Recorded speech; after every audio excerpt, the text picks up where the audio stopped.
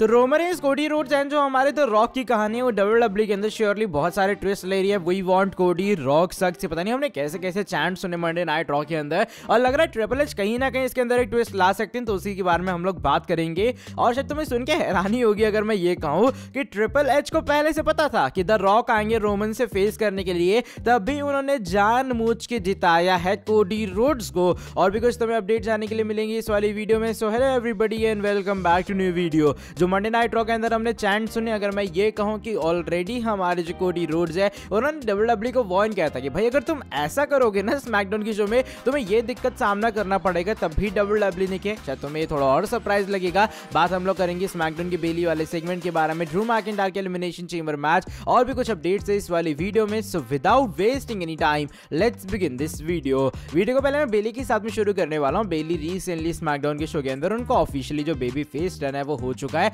और ये तब होता है जब डैमेज कंट्रोल उनके ऊपर अटैक करती है और बेली डिस्क्लोज करती है कि इस तरीके से डैमेज कंट्रोल या फिर ईयू स्काई हमारी हो गई, वो जानबूझ के पीठ पीछे कर रही थी प्लानिंग कि भैया बेली पे हमें अटैक करना है। इवन वो ईयू स्काई को ये भी कहते कि भाई तुम बदल चुकी हो जब से हमारी आस्का और जो कायरी सेन है वापस आई है डब्ल्यूडब्ल्यूई के अंदर। तो बता दूं ये वाला जो स्मैकडाउन का सेगमेंट है उसने अभी तक पूरा जो सोशल मीडिया डब्ल्यूडब्ल्यूई का ऑफिशियल प्लेटफॉर्म है उसके ऊपर करीबन 24.8 मिलियन के अराउंड जो व्यूज है वो जनरेट किए, जो कि अपने आप में एक बहुत बड़ा नंबर है। एंड इवन बता दो जो स्मैकडाउन की ओवरऑल रेटिंग्स या फिर व्यूअरशिप आई थी ना, उसके अंदर भी ये जो पर्टिकुलर सेगमेंट है उसको 250 के ज्यादा रेटिंग्स मिली हैं रादर देन एक्स्ट्रा सेगमेंट्स। इसके अलावा कुल मिला के जो चीजें हैं वो हो जाती हैं 2.6 मिलियन के अराउंड में। एंड इसके बाद जो रॉक और रोमन का सेगमेंट था बताया जा रहा है वो तो अलग ही चीज है, टीवी के ऊपर भी और हमारे क्या कहते हैं सोशल मीडिया के ऊपर भी उसकी तो अलग हाइप है। लेकिन अगर उसके बाद देखा जाए उसको हटा के क्या स्मैकडाउन के अंदर सबसे बड़ा हुआ है तो ऑफ कोर्स बेली वाला सेगमेंट था,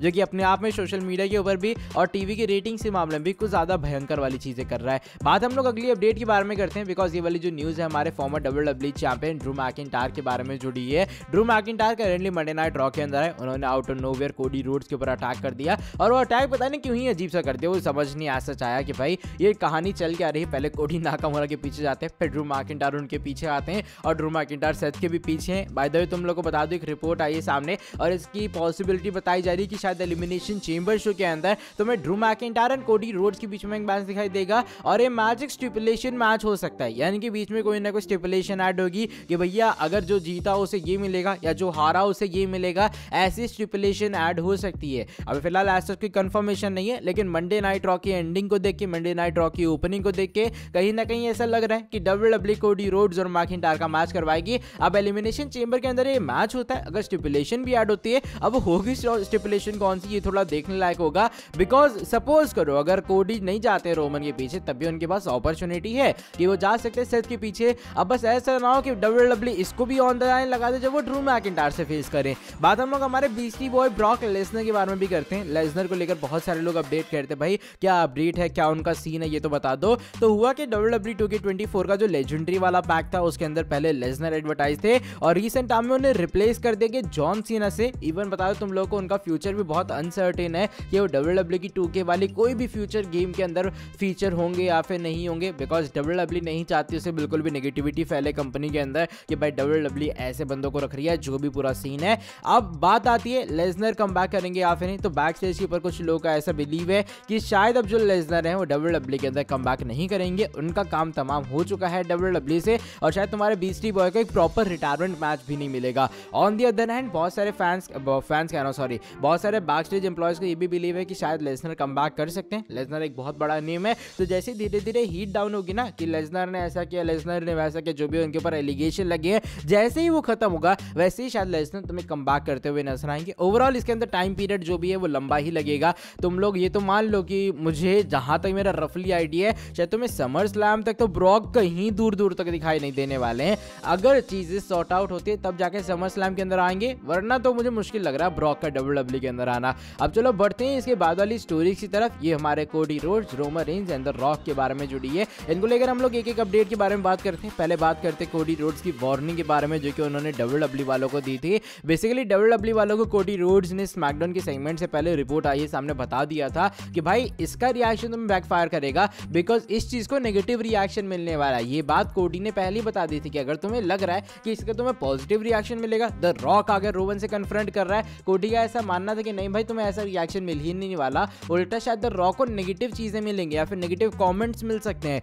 लेकिन इसके बावजूद भी WWE ने सेगमेंट के साथ प्रोसीड किया एंड यस ऑफ कोर्स जो कोडी ने प्रेडिक्ट किया था वही चीजें हुई है कंपनी के अंदर। एंड द रॉक को हल्का क्या कहूँ मैं, अच्छा खासा हिट मिल रहा है टू बी वेरी ऑनेस्ट, क्योंकि अगर तुम इवेंट्स के अंदर भी देखोगे तो वहां पर अमेरिकन फैंस भी उस चीज को कर रहे हैं। ऐसा नहीं सिर्फ ये चीज ऑनलाइन चल रही है या फिर सिर्फ ट्विटर के ऊपर चल रही है, लेकिन ये चीज हर जगह ऑलमोस्ट लाइव इवेंट्स के अंदर, NXT के शोज में, हर जगह द रॉक का ग्राफिक आ रहा है, द रॉक पॉप हो रहे कहीं पे भी, तो वो चीज दिखा रही है कि भाई ऑडियंस उससे बहुत डिससेटिस्फाई है। एक और बड़ी बात ये आई है सामने कि ट्रिपल एच ऑलरेडी पूरे तरीके से अवेयर थे कि द रॉक वापस आने वाले और द रॉक आके कंपीट करेंगे रेसलमेनिया के अंदर। उसके बावजूद भी उन्होंने रॉयल रंबल की वाली एंडिंग प्लान की जिसमें कोडी रोड जीतने वाले हैं, यानी कि ओवरऑल कहीं ना कहीं पूरे तरीके से चीजें फिक्स हैं ट्रिपल एच के दिमाग में। ट्रिपल एच की चीजें प्री प्लान है, क्योंकि बहुत सारे लोग ये कह रहे थे कि CM पंक जीतने वाले थे, जीतेगा कोई और या फिर जीत हमारे कोडी रोड्स का, दैट्स व्हाई स्टोरी थोड़ी उथल पुथल हो गई। बल्कि ऐसा सीन ही नहीं है, ट्रिपल एच को पता था द रॉक आने वाले, उनका जो डिसीजन तुमने रॉयल रंबल के अंदर देखा वो उससे ही बेस्ड था। तो मुझे लग रहा है शायद ट्रिपल एच के फैंस को या फिर WWE के फैंस को जिनके ट्रिपल एच के ऊपर फेथ है, तो तुम्हें शायद थोड़ा वेट करना चाहिए, शायद थर्सडे वाला इवेंट होगा वहां पर कुछ बड़ी चीजें हो जाए। बिकॉज अगर ट्रिपल एच कोई चीज प्लानिंग वाली कर रहे हैं उसमें कुछ ज्यादा ही भयंकर वाला लॉजिक होता है, विदाउट लॉजिक बहुत रेयर होता है कि ट्रिपल एच कोई चीजें करें। इसलिए ये कुछ अपडेट है जो कि मुझे लगा तुम लोग को देनी चाहिए कि ट्रिपल एच को इस सारे कारनामे पहले से पता थे, द रॉक आएंगे और वो रोमन से कंपीट करेंगे। अब जो एक और सबसे बड़ी न्यूज है या फिर जो सबसे बड़ी स्टोरी है वो ये है कि जो द रॉक है वो 101% कंपीट करेंगे रेसलमेनिया 40 के अंदर। मेरे कहने का मतलब ये, वैसे ये अपडेट PW इनसाइडर की तरफ से आई है सामने। इस रिपोर्ट का कहना ये है कि भाई अगर तुम्हें ऐसा लग रहा है कि द रॉक रेसलमेनिया से हट जाएंगे, द रॉक कंपीट नहीं करेंगे इस आउटरीच के बाद, तो ये चीजें पूरे तरीके से गलत हैं। 100% ये बात कंफर्म है। इवन जो ट्रिपल एच और निक खान से ऊपर भी कोई बंदा है ना, उनके तक भी ये बात है, वो भी कंफर्म कह रहे कि नहीं भाई ये मैच होना ही चाहिए।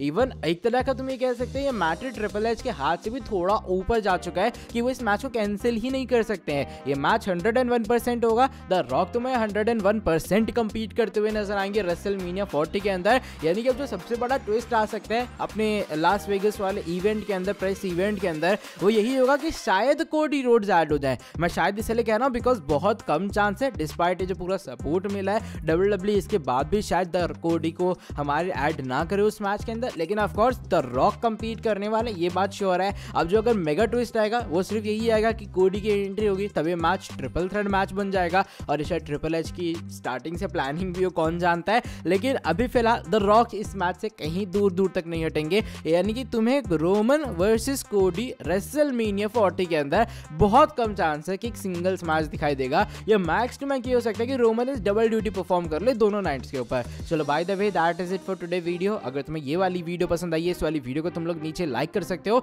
साथ ही में जो लोग चैनल के ऊपर न्यू है, सब्सक्राइब नहीं किए, सब्सक्राइब कर देना चैनल को और बेल नोटिफिकेशन को भी कर दो ऑन। मैं तुमसे मिलता हूँ आके नेक्स्ट वीडियो के अंदर बहुत ज्यादा जल्दी। Till then bye bye, take care.